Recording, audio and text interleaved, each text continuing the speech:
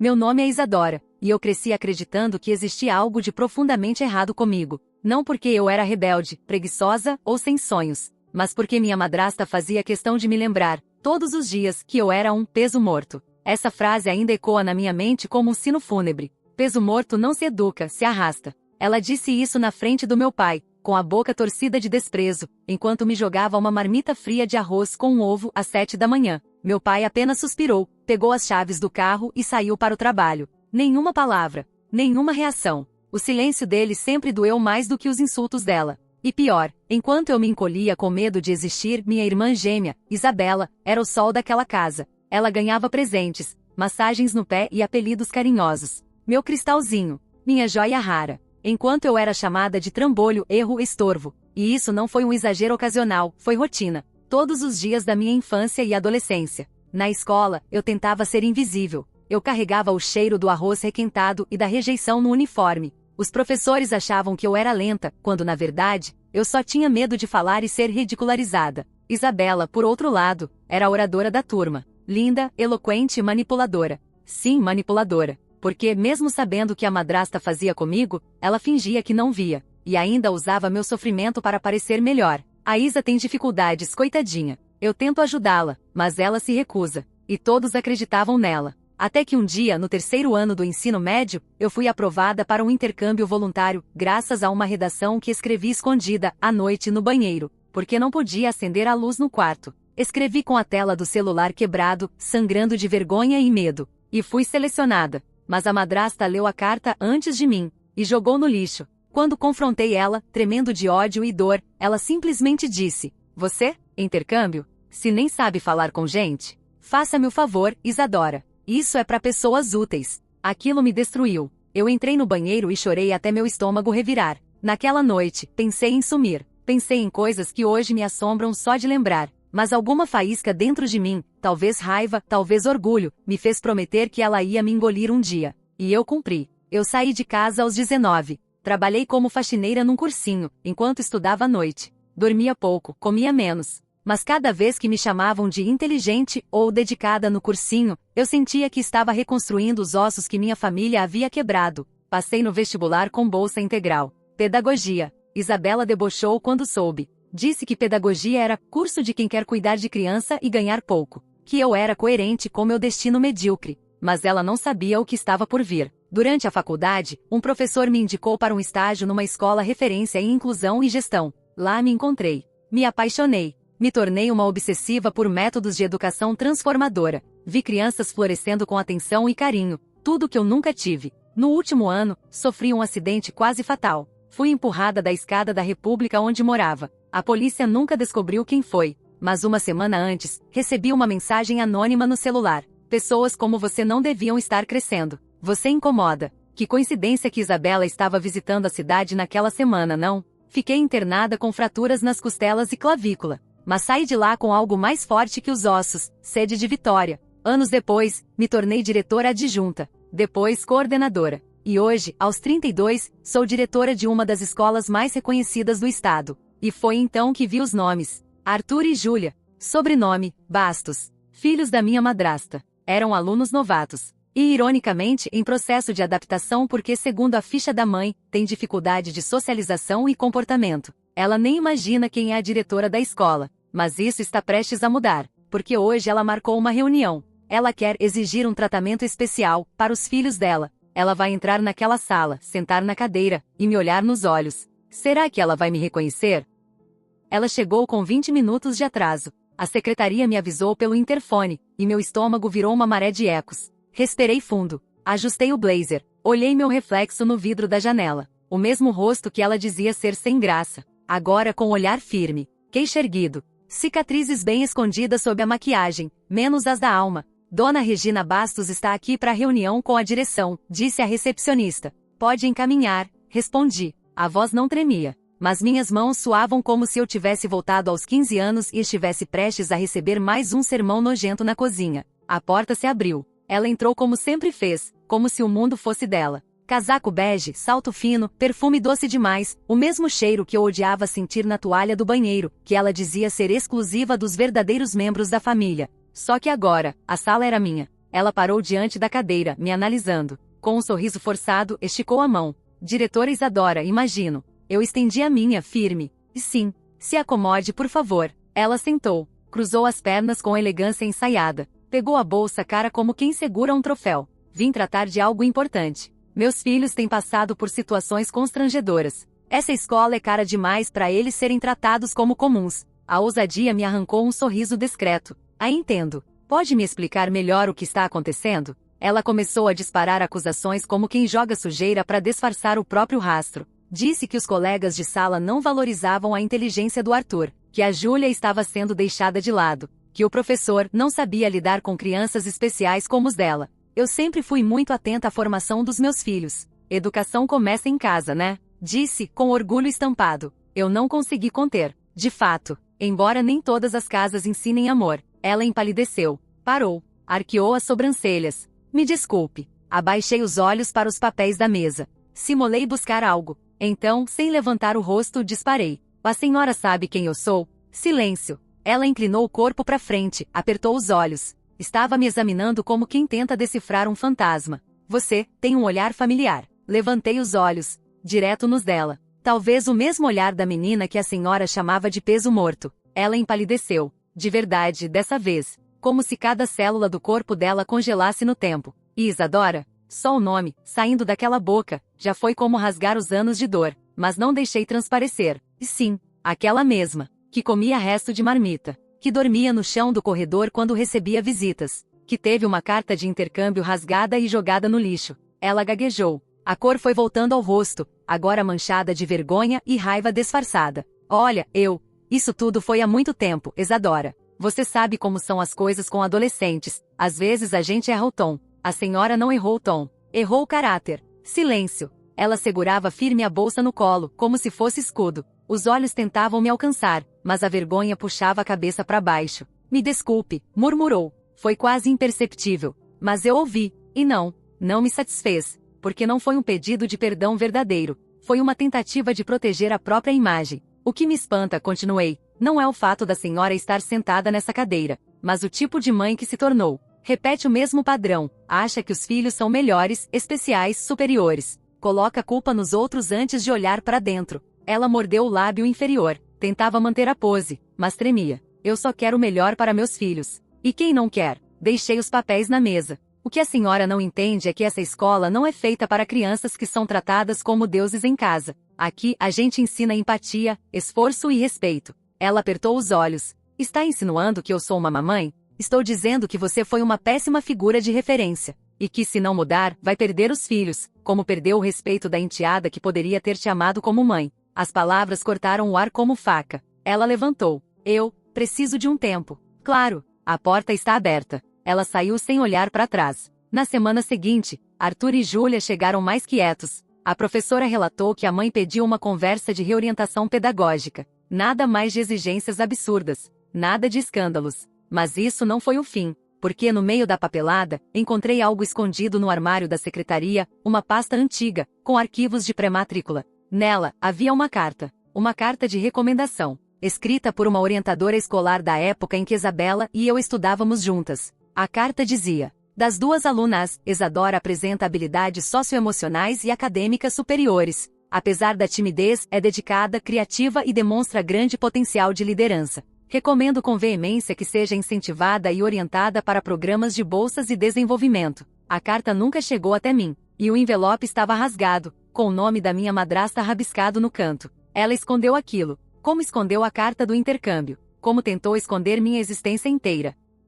Naquela noite, fiquei horas encarando a carta. Ela estava amarelada, com as bordas levemente comidas pelo tempo. As palavras da orientadora escolar saltavam da página como um sussurro vindo do passado, um grito sufocado que eu nunca tinha ouvido. Das duas alunas, Isadora apresenta habilidades socioemocionais e acadêmicas superiores. Lia e relia aquele trecho como quem vê sua história sendo reescrita com caneta firme, não mais com os garranchos covardes da minha madrasta. Ela tinha escondido essa carta, rasgado parte do envelope, rabiscado seu nome num canto, como quem tenta apagar uma prova. Mas ela não me apagou. Ela apenas me silenciou. Por um tempo. No dia seguinte, levei a carta à coordenadora pedagógica, Beatriz. Ela era uma mulher íntegra, discreta e, acima de tudo, humana. Mostrei a carta. Contei um resumo do passado, o necessário, sem me vitimizar. Ela não me olhou com pena. Me olhou com fogo nos olhos. Essa mulher te fez isso e ainda tem a cara de pedir tratamento especial pros filhos? Ela disse, indignada. Você já pensou em denunciar?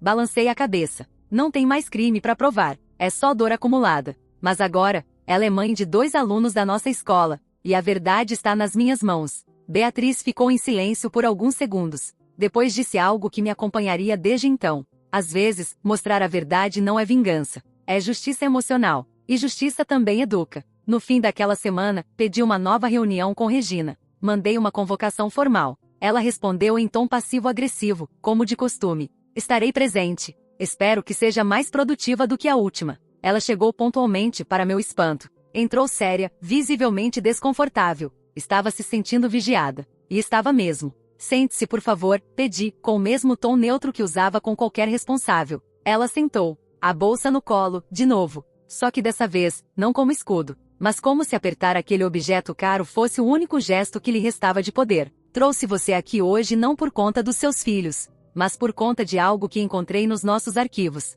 Coloquei a carta sobre a mesa. Reconhece? Ela olhou. E congelou. Os olhos correram sobre a letra, e a expressão no rosto dela foi como ver uma máscara rachar ao meio. E isso não tem nada a ver com agora, ela balbuciou. E isso é do passado. Exatamente. Do passado que a senhora tentou enterrar. Silêncio. Ela respirava pesado. Tentei manter a voz firme, mas o sangue fervia. Eu tinha 17 anos. Fui considerada uma das alunas com maior potencial da escola. Essa carta poderia ter mudado meu destino muito antes. Mas a senhora decidiu que eu não merecia isso. Por quê? Ela se remexeu na cadeira. Eu não achei que você fosse aguentar. Era uma menina fraca, tímida. Queria te proteger da decepção. Mentira, eu disse, sem hesitar. A senhora não queria me proteger. Queria me apagar. Eu era um incômodo. Uma mancha na perfeição da sua filha preferida. Ela fechou os olhos. Uma lágrima ameaçou escorrer, mas ela conteve. Regina Bastos não chorava. Ela controlava. Isadora,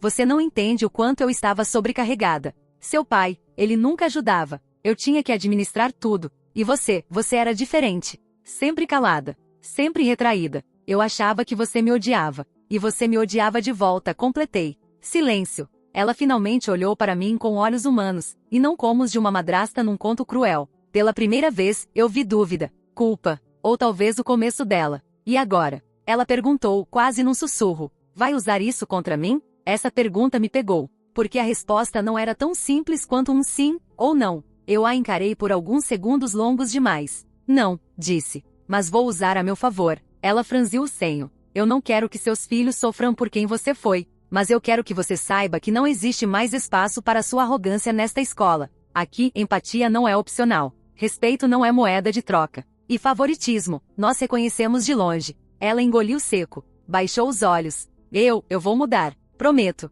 Levantei-me. Isso não é uma promessa que precisa ser feita para mim. Faça isso por Arthur. Por Júlia. Eles ainda têm chance. Eu não tive. Ela se levantou também. Mas antes de sair, olhou para mim e disse. Você cresceu, forte. Muito mais do que eu esperava. E a senhora continua sendo menos do que eu precisava. Ela fechou a porta devagar. A notícia da carta não se espalhou. Eu não quis. Não era sobre humilhar. Era sobre resgatar a verdade que tentaram enterrar comigo. Arthur e Júlia começaram a melhorar. A equipe pedagógica disse que as crianças estavam mais calmas, mais participativas. Regina passou a enviar e-mails respeitosos, com palavras que beiravam a cordialidade. Não virou um milagre, mas virou um recomeço. Só que num sábado qualquer, recebi uma ligação inesperada. Era da Secretaria de Educação Estadual. Diretora Isadora? Aqui é da Comissão de Avaliação de Escolas Públicas e Privadas. Seu nome foi indicado por um grupo de ex-alunos e professores para representar a rede no Congresso Nacional de Educação Inovadora. Poderia confirmar sua disponibilidade? Fiquei muda, por longos segundos. E sim, claro, eu agradeço muito. Ah, e mais uma coisa. Quem nos enviou uma carta forte de recomendação foi uma mulher chamada Regina Bastos. Ela mencionou que a senhora transformou o impossível em referência pedagógica. A ficha caiu. Ela me recomendou. Mas por quê? Culpa? Vergonha? Ou talvez, arrependimento genuíno? Fechei os olhos. Respirei fundo. No mesmo dia, enquanto arrumava meus materiais para o congresso, decidi abrir uma pasta antiga com fotos da adolescência. Lá no fundo de uma caixa, achei um bilhete que Isabela havia me deixado anos atrás, quando eu fui embora de casa. Um papel velho, dobrado várias vezes. Você vai voltar um dia. Eu sei. E quando voltar, não vai ser como peso morto. Vai ser como gigante. Bel, minhas mãos tremeram. Eu tinha esquecido disso. Fiquei encarando aquele bilhete da Isabela por horas. A caligrafia era inconfundível, redonda, delicada, quase infantil. Mas o conteúdo. Você vai voltar um dia. Eu sei. E quando voltar, não vai ser como peso morto. Vai ser como gigante. Aquilo explodiu algo dentro de mim. Minha irmã gêmea. A mesma que assistiu calada enquanto eu era apagada naquela casa. A mesma que me via como sombra para brilhar sozinha. Ela havia escrito aquilo. E nunca disse. Mas por quê? No dia seguinte, liguei para ela. Depois de anos, seria a primeira conversa real entre nós. Balô, Bel, é a Isa. Pausa. Isa. Nossa, tudo bem? Que surpresa. A voz dela ainda tinha aquele tom doce. Falso ou não, eu não sabia mais distinguir. Eu encontrei um bilhete seu. Aquele que você deixou quando eu fui embora. Falei direto. Queria cortar o verniz da conversa. Ah, ela respirou fundo. Eu imaginei que um dia você acharia. Você escreveu que eu voltaria como gigante. Mas você nunca me tratou como alguém com potencial. Nunca me defendeu. Por quê? Silêncio. Longo. Depois, ela disse. Porque eu era covarde. Porque eu sabia que se te defendesse, ela me viraria as costas também. E eu adorava ser a favorita. Era um tipo de poder, mesmo que doente. A sinceridade cortou como faca. Você sabia da carta da orientadora? Aquela que ela escondeu? Sabia. Eu vi quando ela rasgou o envelope. Perguntei o que era. Ela disse que era besteira para não dar ilusões à rejeitada da casa. Meu estômago revirou. Que você calou. E sim. E não tem desculpa para isso. Eu era covarde. A voz dela falhava. Eu não tenho como apagar o que fiz. Mas eu sempre soube que você ia longe. Você tinha fogo. Ela tentava apagar, mas nunca conseguiu. Mesmo ferida, você queimava. A raiva que ainda morava em mim, oscilou com outra coisa, tristeza. Não por mim, mas por tudo que perdemos como irmãs. Pela infância quebrada. Pelos abraços que nunca demos. Pelos aniversários em que eu fazia um pedido em silêncio, que ela me veja. Só isso. Você ainda fala com ela?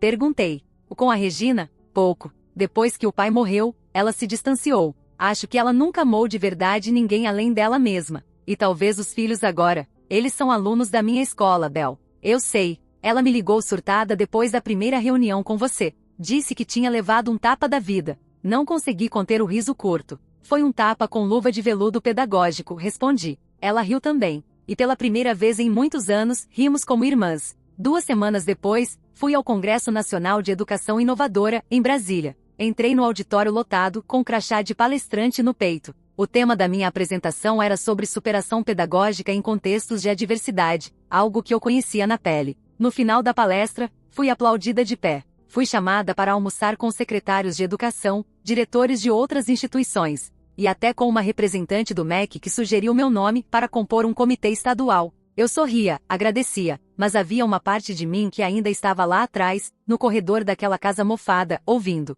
Peso morto não se educa, se arrasta. E hoje, aquele peso morto estava voando. Quando voltei, fui recebida na escola com uma faixa de boas-vindas feita pelos alunos. Arthur e Júlia estavam na frente. Me abraçaram. Sim, me abraçaram. Diretora Isa, você viu? A gente apareceu no jornal com você. Júlia mostrava uma notícia com a foto do congresso. A mamãe disse que você é importante. Que a gente tem sorte de te ter, completou Arthur. Meus olhos marejaram. Sorte. Eles tinham sorte? Não. Eles tinham um recomeço. E talvez até Regina estivesse tentando um. No último dia letivo do semestre, Regina marcou uma reunião comigo. Dessa vez, informal. Pediu que fosse depois do expediente. Aceitei. Ela entrou vestida de forma simples. Sem maquiagem, sem perfume forte. Quase irreconhecível. Não vim como mãe de alunos. Vim como mulher, como ex-madrasta. Como alguém que precisa assumir. Estou ouvindo. Ela sentou. Tirou da bolsa uma caixa pequena de papelão.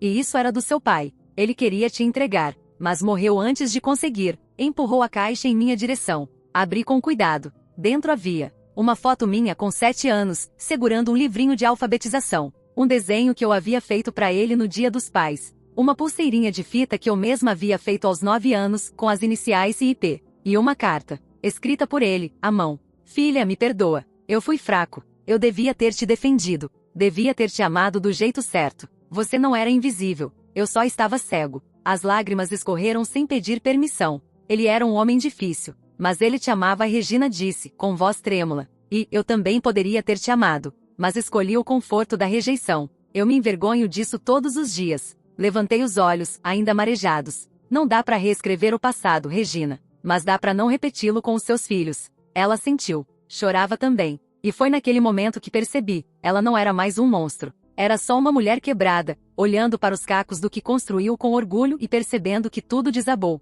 Obrigada por cuidar deles melhor do que eu cuidei de você, ela sussurrou. Só estou fazendo o que ninguém fez por mim. Ela saiu em silêncio. Anos se passaram. Arthur e Júlia floresceram. Viraram adolescentes conscientes, gentis, cheios de curiosidade. Isabela e eu reconstruímos laços. Não voltamos a ser irmãs de novela, mas somos amigas reais. Com história, com rachaduras que agora são parte da estrutura. E eu, hoje sou diretora-geral da Rede Estadual de Ensino, ministro palestras. Escrevi um livro, mas o que mais me orgulha é que criei um projeto chamado Sala da Escuta, uma sala em cada escola pública onde crianças marginalizadas possam falar, onde a invisibilidade nunca mais seja um destino. No mural da minha sala, há uma moldura com a tal carta da orientadora. Há que me reconheceram antes que eu mesma soubesse meu valor. Abaixo da moldura, uma frase bordada por uma ex-aluna. Peso morto? Não. Força viva e inquebrável.